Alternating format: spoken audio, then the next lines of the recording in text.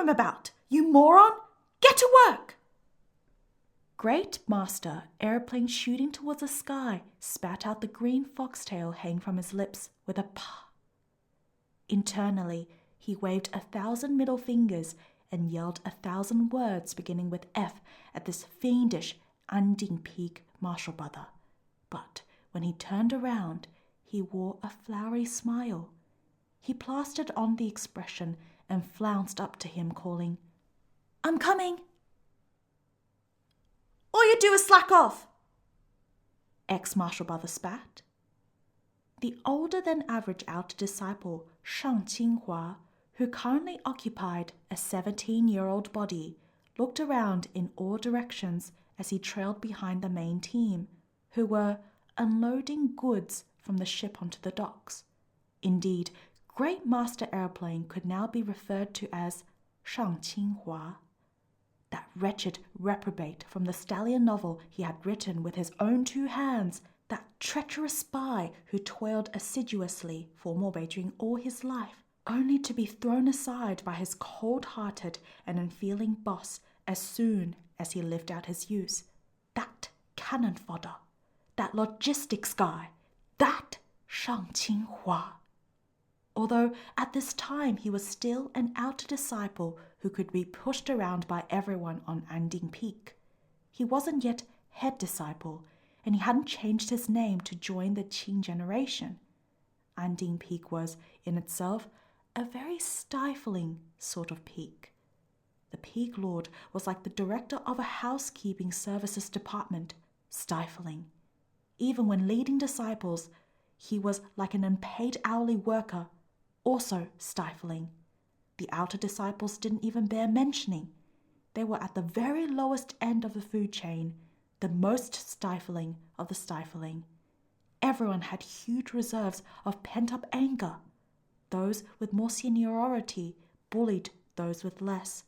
That was simply the routine state of things. Shang Qinghua would occasionally utter a silent curse. "Just you wait until I take the position of Peak Lord. Just see if I don't." However, he swiftly extinguished these flights of vain fancy. Think about it. Taking the position of Peak Lord meant enjoying assistance from the demon realm, which meant acquiring Beijing as boss, which would lead to the end result. Getting thrown away by said boss as soon as he lived out his use. He wouldn't even get a clean death. It went without saying, not worth it. If Shang Qinghua could have done as he wished, he would have stripped off his sect robes and rolled up his bedding, rushed down Changqiong Mountain, escaped the cultivation world, and fled toward a free life as a poor commoner. If he relied on all the research he had done to write a transmigration stallion novel in his past life, such as how to create soap, glass, the abacus, etc., he believed he could live freely and easily. Ha ha! But as soon as this sort of thought appeared in his head, system, rule, violation, point, deduction. So he transmigrated into his own stallion novel. Why hadn't he been assigned to the protagonist? And, okay, so what if he wasn't the protagonist? What was with this damned system? It was all that OP's fault. If he hadn't started that fight, Shang Qinghua wouldn't have suffered the brunt of it. And then there was that peerless cucumber. Curse him! May he never get a chance to use that cucumber for the rest of his life. Shang Qinghua moved box after box of heavy books from the ship onto a flatbed cart. As he hitched up the horse, he continued to endlessly stew over his grudges. Cultivation novels usually hand-waved inconsequential things like how goods were shipped. In the end, Shang Qinghua had only himself to blame. Damn it, why had he written a low fantasy setting where all the hard labor had to be done by hand? He'd only managed to screw himself over. Okay, in fact, what he really wanted to say was, Qingji Peak really fucking knows how to use people for all they're worth. They were the ones who made all the trouble. If you were helping Xuansu Peak's female immortals and fair maidens transport cosmetics, hairpins, new clothes and whatnot, even if it was tiring, at least you felt light in your heart. Though it was hard for the body, it was sweet to the soul. But when you had to act as a porter for Qingjing Peak, What was up with that? Every time they made a purchase, it was hundreds and hundreds of kilograms of books. Then they would make Undine Peak's people huff and puff their way down to the mountain to fetch them, then huff and puff their way back to the peak. Meanwhile, they'd be living the high life, their butts stuck to their seats and their fingers stuck to their instruments. They'd just sit and wait for the goods to be delivered to their door. To hell with that aloof demeanour! If you have the legs, then calm down and get your stuff yourself! The other outer disciples were also complaining. It's obvious that Jing Peak disciples look down on our Undine Peak, but time and again we have to work like beasts of burden for them, they complained. Especially that Shen Jingqiu, one person said indignantly. He's way too full of himself. His nose is stuck straight up into the air. Ugh, so what if that Xiuya sword has a bit of a name for itself? He's far too arrogant. Ha! He even dares to provoke Baizhan Peak's head disciple Liu Qingge. How has he not got himself killed yet? How could he? You think Yue Marshal Brother would just stand by and watch? So long as he's around, Liu Qingge can't kill Shen Jingqiu no matter what. What? I don't know how Shen Jingqiu got chosen as head disciple after starting cultivation so late, said another outer disciple who'd joined Changqiu Mountain at an older age, his expression sour. They said he had a good relationship with Yue Marshal Brother, but I've never seen him go to Qiongding Peak once, and even when he does see Yue Marshal Brother, he keeps up that damn fake expression, or aloof and whatever.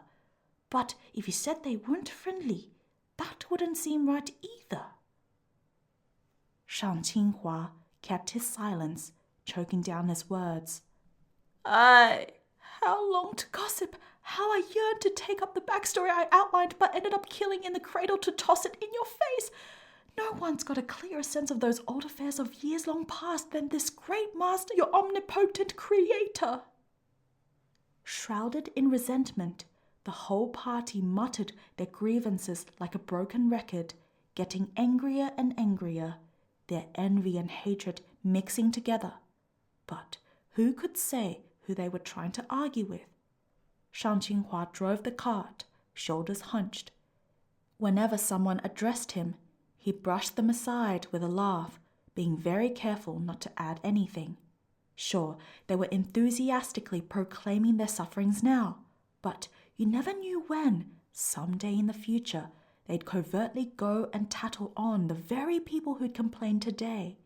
Running your mouth was fun in the moment, but once someone reported you and you caught the attention of the other peak's disciples, you'd be in serious hot water. Human hearts were treacherous. You couldn't forget to guard against them, huh? The road after rain was full of potholes. As the wheels rolled over them, the cart pitched left and right. During one such pitch, the system sent Shang Qinghua a notification with a ding. Upcoming mission. Be prepared. When Shang Qinghua heard this, his face creased like chrysanthemum. He smiled obsequiously. System 大哥, aren't you skimping a bit, being so brief with these messages? Couldn't you tell me what mission this is? What preparations? Prepare for what? At least give me a tip, okay? You will see, the system said vaguely. Shang Qinghua was silent. No, this esteemed one sees nothing. Then, with a crack, the flatbed cart suddenly stopped moving, seemingly stuck on something on the ground. The outer disciple Marshal Brother, whether on the cart or following along behind, jolted along with it and fell all over the place. They were already steaming with anger, and they summarily began to smack the rails and curse with rage. You moron! Can't you properly drive a cart? Go already! What are you stopping for? Shang Qinghua didn't know why the cart had suddenly gotten stuck either. Puzzled, he jumped off. After a single look, his soul flew off in a fright. The reason why the wheels couldn't move was because the water in the hole they were stuck in had iced over, freezing the wooden wheels solid. all around them, a formless cold in the air weighed oppressively down. Winter was cold, but Shan Qinghua's heart was even colder. Shaking uncontrollably, he lifted his gaze. A shadow, draped in black coat, slowly walked toward them, straight and tall. One could vaguely make out the figure of a youth. For once, the system said a few more words. Current opponent's anger points, 1,000. Mission objective, survive. Tip complete. We wish you the best of luck. Great Master Airplane shooting towards the sky had a bad habit. That was, he cut plot points. Before he officially set pen to paper on future chapters, he would first plant little sprouts in his novel. Then he would watch how the winds were blowing in the comment section. Using this information, he would decide which plot lines to follow from his overall outline. For instance, the Shen Qingqiu who had been called a, quote, cheap villain with no justification 10,000 times was a tragic product of plot cuts. Oh, and then there was Binga's dad. His plot had been cut even more viciously, to the point that in the end, he hadn't even appeared. The benefit of this method was that he could cater to the readers. It at least guaranteed that his subscription count wouldn't take a huge dive and crash to its death in the pool at rock bottom. The consequence was that buried foreshadowing went to waste, and there were gaps all over the ground, leaving it bumpy and full of pothole plot holes. Any readers who had some standards, or who had a bit more taste and weren't as easy to fool, would rain curses on the author without restraint. Airplane shooting towards the sky had often been depressed about it too. The thing was, he actually didn't like repeatedly writing all the crazy revenge stuff either, especially when it was getting revenge on a crowd of villains with IQs lower than a bar on the ground. Once in a while, he wanted to craft a 3-dimensional villain, still cannon fodder but with multiple sides, to show that he had also done some basic research on human nature, that he had some literary standards too. But the readers never bought in, so he couldn't guarantee he'd make a living. So, what did human nature and literary ideals count for against readers and making a living? Back on topic. Precisely because of this bad plot-cutting habit, many of the original particulars of the story had been lost, doomed to suffocate in the womb. For example, when had Jing captured Shan Qinghua? Naturally, the main text had never brought it up. The main text's plotline was just Binge oozing badassery, slaughtering and massacring people all over the place.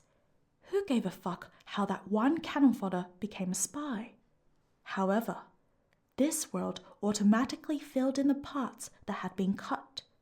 Therefore, Great Master Aeroplane had categorically lost the authorial advantage of foreknowledge. Therefore, whenever the plot began to develop, he was always a good few beats late before he caught on to what was going on. Ex-Marshal Brother drew his sword, which, as an undeemed disciple, had never had the chance to be unsheathed even after 800 years, and let out a vigorous yell. "What sort of evildoer dares to cross us?" One after another, the disciples all became agitated, and they subsequently unsheathed their swords as well. "You dare to appear in front of Changzhou Mountain sect disciples!" Fēijī was clearly in an extraordinarily bad mood. He didn't even let the cannon fodder finish their traditional opening monologues before his knuckles cracked. A storm of icy arrows swept through the air, and the heads slammed to the ground, one by one. One side of Shan Qinghua's mind shrieked, while the other howled. So scary, but also so cool. Really fucking cool. But regardless of whether he was cool enough to shake the heavens and earth and to make devils and deities cry.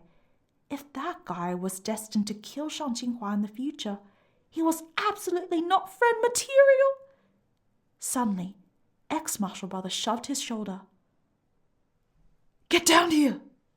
Shan Qinghua felt like his heart was being fried in oil and roasted over a fire, but his mind was wholly sober. He stuck his hands and feet to the cart as securely as chewing gum. "Get down and do what?"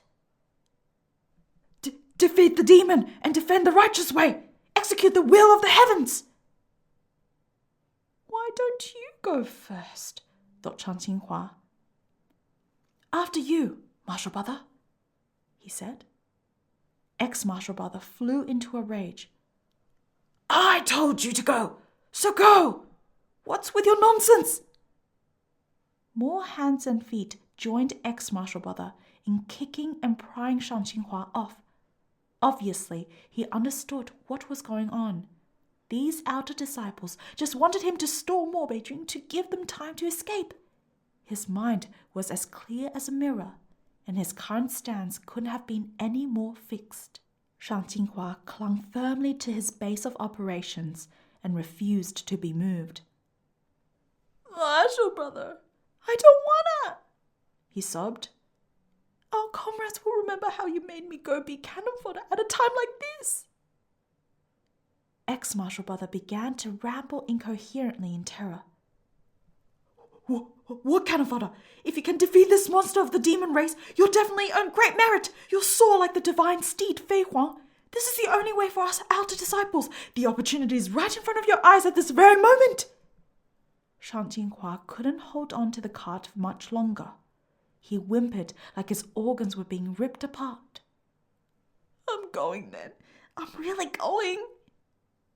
Just as he finished speaking, he was firmly pried out of the cart and thrown to the ground, his body fallen right in front of Mo-Bei-Jing's boots, his sword still halfway in its sheath, his heart not quite decided as to whether he should draw his sword.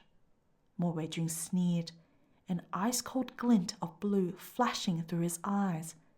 No sooner said than done, Shan Qinghua threw himself forward to cling to his thighs with a plop. Every one of his Marshal Brother made an aggrieved face. Mo-Bei-Jing made a blank one. Shan Qinghua fell to one knee. "My king, please let me follow you for the rest of my life." Mo-Bei-Jing tried to throw Shan Qinghua off with a kick, but to no avail. His adhesive ability was just too strong. Mo-Bei-Jing then tried to kill him and be done with it, but that proved even more difficult. Just like a gecko clinging to the wall, Shan Qinghua nimbly crawled back and forth but managed to stay stuck firmly to his thighs. Mo-Bei-Jing couldn't help but steam with rage. As the Anding Peak outer disciples bore witness to this incredible feat, they were overjoyed. They threw down their goods and fled. Just as Shan Qinghua was silently cursing them out, not 3 seconds later, a wave of screams came from down the road. Dozens of ice strands as thin as silk threads had pierced their chest. In a mad dance of silver light, droplets of blood flew in all directions. Upon seeing this, Shan Qinghua's grip on Mo-Bei-Jing's thighs became as strong as steel. He started to chatter incessantly. "My king, please accept me. I'm very useful." Mo-Bei-Jing seemed to cant his body. "Oh, what use are you?" "I can serve tea, carry water, wash clothes, fold blankets." Wait, no. Shan Qinghua considerately gave him an analysis. "You see, my king, I can serve you as an undercover agent in Changqiu Mountain, pass on intelligence, and help the demon race accomplish the magnificent feat of conquering the human realm." Mo-Bei-Jing laughed. "An outer disciple," and an unding peak outer disciple at that. With you as a spy, how long would it take to accomplish this feat? Don't discriminate against my peak, Shan Qinghua said awkwardly. That isn't very nice. Why does even the demon race look down on us? And the disdain for Undine Peak even surpasses that of an outer disciple. That's too much. That's really too much. As Shan Qinghua overflowed with snot and tears, clinging on for dear life, begging to pledge fealty to Jing, wholly without warning, the demon collapsed. Shan Qinghua was still hugging his thighs, and when Jing fell, he was almost squashed right under him. He hurriedly let go. He crouched there for a while in a daze until he suddenly came to his senses. Had Jing come here already injured? No wonder his expression had been so ugly and his temper so high, and no wonder he had been so easy to push over. Had Shan Qinghua accidentally poked one of his wounds when his hand slipped? Sometimes a slip of the hand is advantageous. Shan Qinghua cautiously moved over to examine him carefully. Just as expected, there was a thin wound the length of a finger on the back of Jing's lower waist, roughly over his right kidney. A sharp corner of something gold protruded from inside the wound. He could vaguely make out that it was the petal-shaped edge of an intricate piece of handicraft that had been forged from gold threads. So coquettish and cultured. It was Huanhua Palace's Linghuan dart, all right. This weapon was one of the nonsense details Great Master Aeroplane had cooked up on the fly while writing. The body of the dart was light and thin and coated with a bit of anesthetic, so it was very difficult for its targets to discover the object once it breached their body. If they moved too much, the dart would magnificently, quote, blossom, growing 6 sharp flower petals to slice up the victim's internal organs. Does this perhaps sound a bit familiar? Doesn't this device overlap with a certain demon realm organism? No problem. It's easy enough to justify. Just explain it away by saying that this Linghua dart was created by some Huanhua Palace senior who'd escaped from the demon realm by the skin of their teeth, then based this design on a strange organism called ties that bind. In short, don't make a fuss over this sort of tiny detail. Background narration complete. Let's jerk ourselves back over to the main topic. That is to say, this pure-blooded demonic second gen who, in the future, would very likely beat Shan Qinghua to death with a single strike. Not only had his kidney been punctured through by Huanhua Palace, he was also severely anesthetized. It seemed like Jing had just killed his way out of a Huanhua Palace ambush. The demon race held their grudges for a long time, and the Morbei clan had held a long-standing animosity toward Huanhua Palace. That sect would suffer the greatest number of deaths and injuries at the ill-fated Immortal Alliance conference, precisely because Jing wished to retaliate against them. This event had connected seamlessly with Airplane shooting towards the skies' master plan. Shan Qinghua muttered to himself back and forth, a mischievous cast to his face. He looked around on the ground for a while before finding a stone about half the size of a skull and hefted it up. It was quite heavy. 1, 2, 3. He got in position above Jing's head, the demon's eyes still closed. The system offered neither warning hints nor prohibiting alerts. Shan Qinghua relaxed. There was no warning, which meant in other words, "Go ahead and kill him!" My king, my king, this is the will of the heavens. Don't blame me. With a thoroughly insincere prayer, Shan Qinghua's hand rose and the stone fell and braked to a halt, right above the tip of Mo Beijing's arguably perfect nose. To tell the truth, this Mo Beijing character held an unusual significance to him. It could have been said that Mo Beijing was the type of man Great Master Aeroplane had always dreamed of becoming. Strong, cool, doing as he pleased, just like how every little kid had dreamed of becoming Ultraman. How could he just stand by and watch himself kill Ultraman with his own hands? Shan Qinghua bemoaned his dilemma for a while. After he finished, he had a perfectly shameless thought. It would be fine if he just didn't watch, right? So he turned his head and raised the stone up high. Nope, he still couldn't do it. Shan Qinghua chucked aside the cumbersome murder weapon with a plop. His eyes shone with excitement, and by now he was almost completely on top of Mo Beijing. Oh, I can't. The more I look, the more I feel this face is just too damn mesmerizing. In truth, deep down, Binge's fair and clean pretty boy type didn't really suit the tastes of Great Master Airplane flying towards the sky. He had only assigned this sort of figuration to the protagonist to meet his stallion hardware specifications. The art of growing stallions was grounded in science, and the research was clear. Women preferred men who looked cultured, pretty, and even a bit soft and feminine. I mean, protagonists couldn't avoid getting roasted. It was fair to say that Binge had a fan every 3 steps and a hater every 5. But Mo Beijing wasn't the same.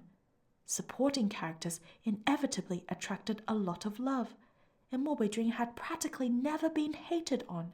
This character had been created entirely according to the author's own tastes, and because Mo Beijing was secretly favored by that author, he had embodied Airplane shooting towards the sky scholarly aesthetic for the ideal fellow man. Don't ask why Luo Binghe wasn't the embodiment of his ideal man.